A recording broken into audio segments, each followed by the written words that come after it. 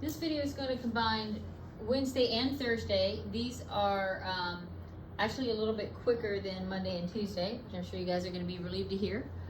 Now, I told you that it goes from small units to bigger units. So on Monday, we did the parts of speech. We were very, every single word, we did the part of speech. On Tuesday, it got a little bigger, and we went to phrases and sentence parts. So we had the subject, we had the predicate, we have prep phrases. It gets even bigger on Wednesday. And Wednesday, we're doing clauses. And so I'm going to start with this very first one. And I have, you should have gone to the school dance by yourself. We have one clause. We have one subject, you, and we have one verb, should have gone. And so I want you guys to put brackets around where the clause begins and where the clause ends. And then you need to label that clause, whether it's independent or dependent.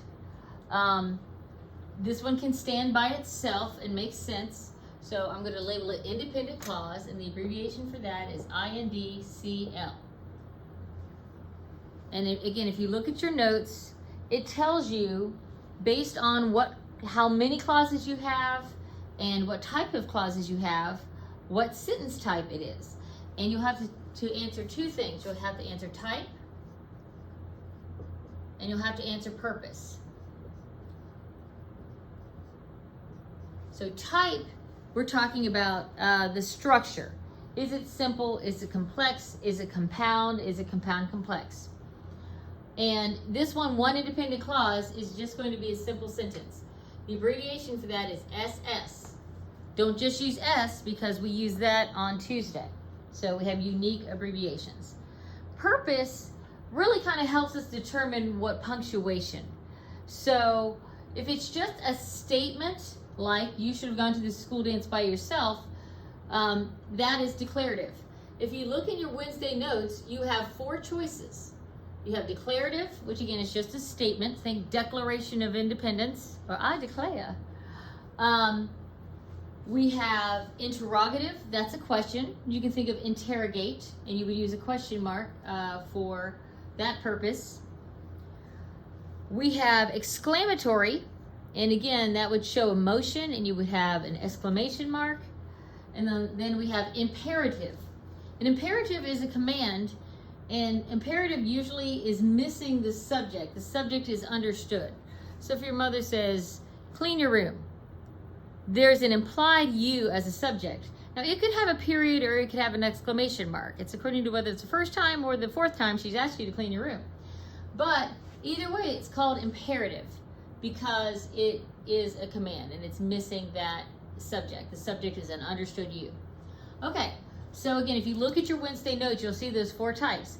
And if I have one clause, that's all I have to do is you put brackets around the clauses, label the clause, whether it's independent, adjective dependent, adverb dependent.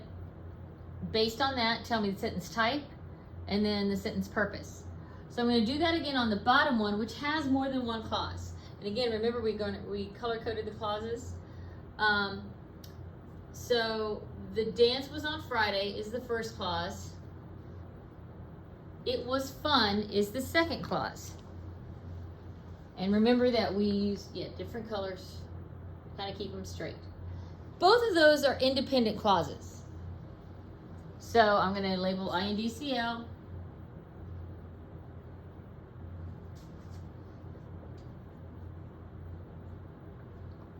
And now I need type and purpose. So if I have 2 clauses, it can't be simple. Simple is only ever going to be one clause.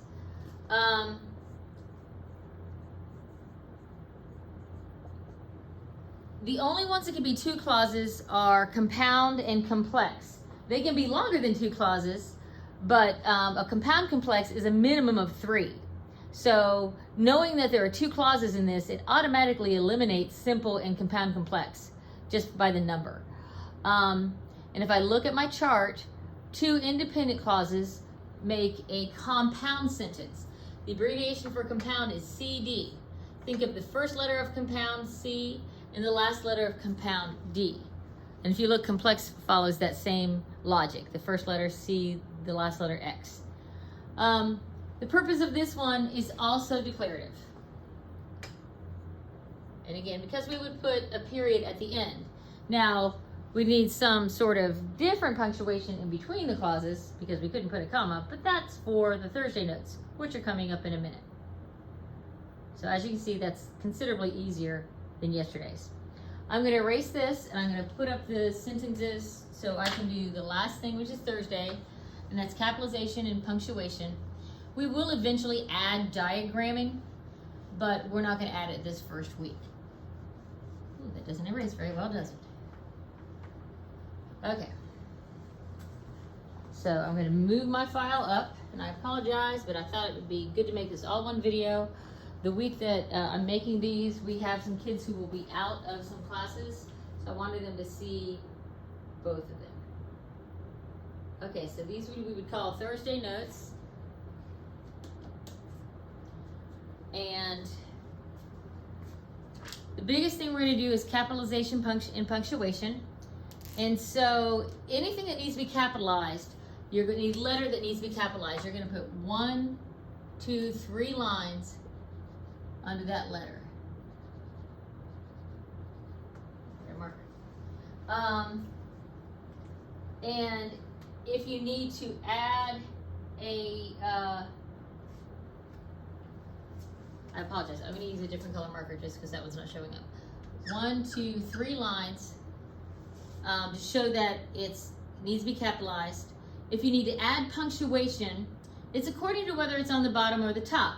The period that belongs at the end of this one, I'm going to do something called a caret, and that's that little open-ended triangle there, or like the top of an arrow, and that's telling me I'm going to insert a period down there. All right, and that's it for the squirrel sentence. It needs to be capitalized at the beginning. It needs a period at the end. There's not an apostrophe because that's not the contraction of it is possessive it's. All right, so let's go to the second one. Mr. Colbert's family went to Florida, New York, Nebraska. Normally I take the thing off that's telling you, hey, capitalize those. So this one has a capital M for Mr., a capital C for Colbert, and then Florida, New York, and Nebraska, the first letter of Florida, and of course the first letter of New and York, and then the first letter of Nebraska. That's the capitalization. We have some punctuation to add too. Of course, it is declarative, so I'm putting my little caret there and saying put the period here. But Mr. is an abbreviation, so we are putting a period there. Colbert's is possessive, so we need an apostrophe between the T and the S, and that caret, look how it's upside down because it's coming from the top. All right, so if it comes from the bottom, you do the caret from the bottom. From the top, you do it facing down. Went to Florida, New York, and Nebraska. With that list, we're going to need a comma between Florida and New York, a comma between York and then Nebraska. So yes, we have an Oxford comma there. So that one's done. And then two more to go. You should have gone to the school dance by yourself. Capitalize you. And put a period at the end. That's it. The dance was on Friday. It was fun. Now, I have 2 clauses. I'm going to capitalize the. I'm going to put a period at the end. But I can't put a comma between those 2 clauses, between Friday and it. That's called a comma splice, and that would be a run-on sentence. So I have 2 choices.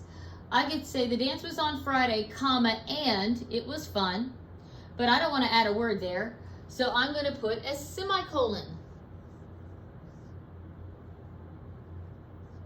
Okay? So a semicolon, you can put 2 independent clauses together with it, and it's strong enough to hold them together. Another option I could do is make it 2 sentences.